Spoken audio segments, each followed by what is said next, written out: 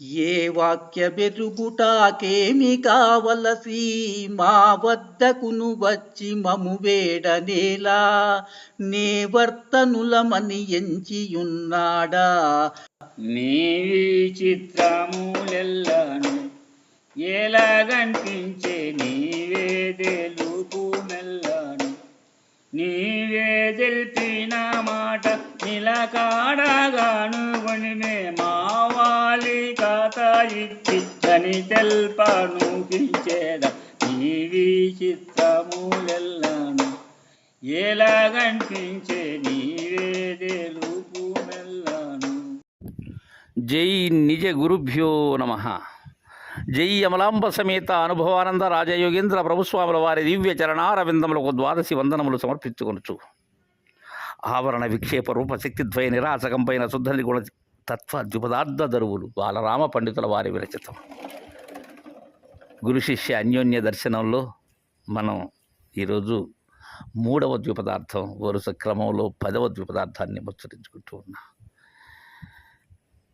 శిష్యుని గమనించినటువంటి గురుదేవులు, నీలాంటి శిష్యుడు ఇప్పటి వరకు నేను చూడలేదు అని తెలియజేసి ఈ గురుబోధను నీకు అందచేస్తాను అని అంటూ శిష్యుని తలచి ఒక మాట అంటున్నారు గురు సార్వభౌములు. నాయనా శిష్య, ఏ వాక్యమెరుగుటకేమి కావలసి మా వద్దికి నీ వచ్చి మము వేడనేలా నే వర్తనులమని ఎంచియున్నాడా. శిష్య, నీకు కావలసినది ఏమిటి? ఏ వాక్యము కావాలి? ఇక్కడ ఒక విషయాన్ని గురు శిష్య న్యాయముగా గమనించవలసినటువంటి విధానం ఉన్నది. పూర్ణబోధాధికారం పొందినటువంటి మహాత్ముల దరికి చాలామంది వస్తుంటారు.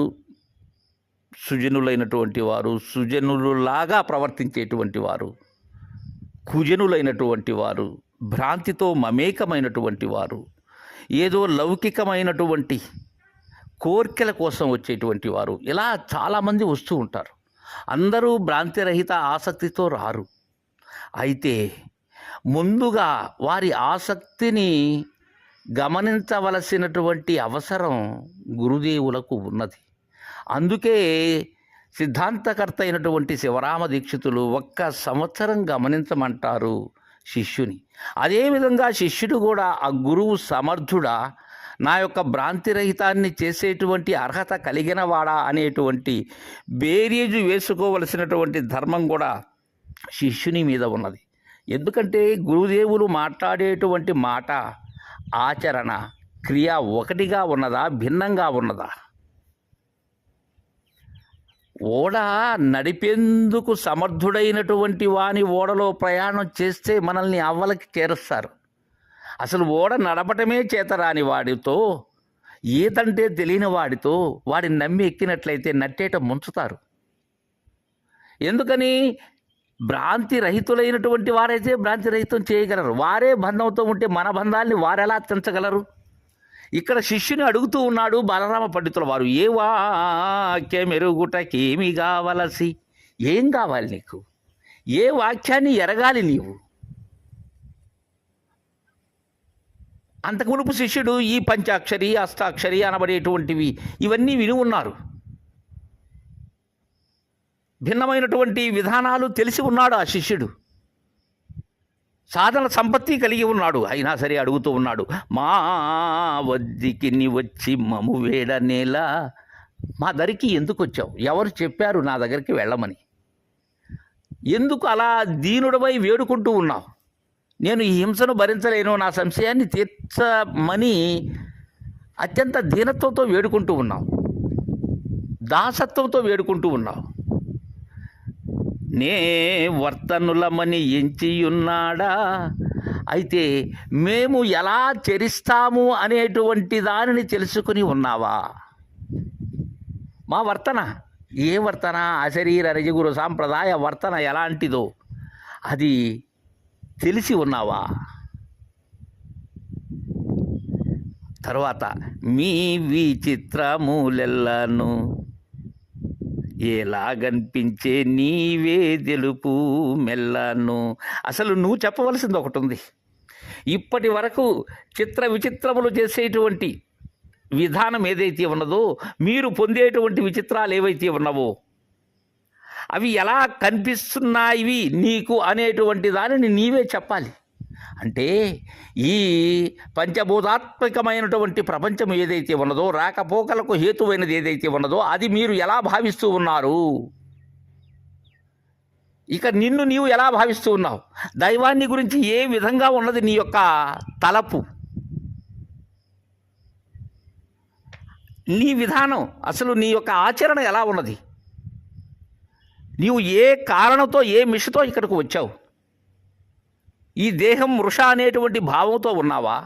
లేక ఋష్యాదులైనటువంటి మహనీయులు తెలియజేసినటువంటి ఈ పరిపూర్ణ బోధ ఏదైతే ఉన్నదో, సిద్ధాంతకర్త అయిన శివరామ దీక్షితుల వారు అందించినటువంటి వాక్యాన్ని తెలుసుకునేందుకై వచ్చావా? ఎవరు పంపగా వచ్చావు? నీకై నీ వచ్చావా? లేక గురువు యొక్క జాడ నీకెలా తెలిసింది? నీవే తెల్పిన మాట నిలకాడగానుగోని, నీ యొక్క మాట నిలకడ కనుగొనాలి. ఎందుకని? శిష్యుడు వంచన చేయకూడదు గురువులు దయార్థ హృదయులు.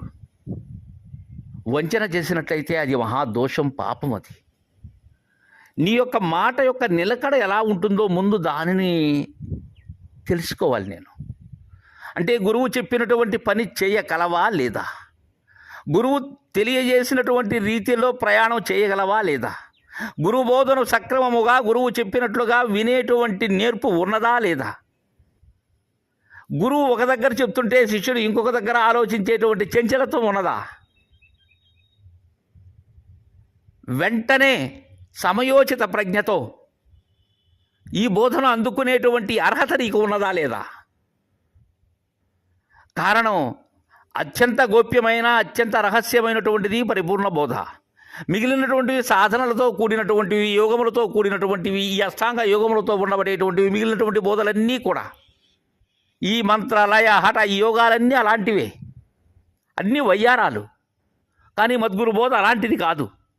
నిజంగా నీ మాట యొక్క నిలకడ నేను తెలుసుకున్నట్లయితే, నీవే తెల్పిన మాట నిలకాడగానుగోని, మేమావాలి కథ ఇట్టిదని తెల్ప నూహించేదా. ఊహిస్తాను అంటున్నారు బాలరామ పండితులు. భావాతీతమైనటువంటి దానిని నేను ఆవలి కథ ఏదైతే ఉన్నదో అది ఎలాంటిదో, ఆ పరిపూర్ణ బోధ ఎలాంటిదో, కలలో తోచిన రూపము ఎలాంటిదో అలాంటిదే మూలము లేని గుర్తెరిగే శరీరమని ఈ ఉత్తబట్ట బయలు తప్ప ఏమీ లేదు అనేటువంటి వాక్యము ఏదైతే ఉన్నదో అదే ఆవలి కథ. అది ఎలాంటిది అనేటువంటి దానిని బోధ దృఢీకరణ చెందిస్తాను శిష్య. అలా తెలిపేదాన్ని ఊహించాలి అంటే ముందు నీ యొక్క విషయం తెలియాలి, నీ విచిత్రాలన్నీ తెలియాలి, నీవు ఎలా చూస్తున్నావో తెలియాలి, నీకు జగత్తు ఎలా భాసిల్లుతుందో తెలియాలి, ఎలా గోచరిస్తుందో తెలియాలి.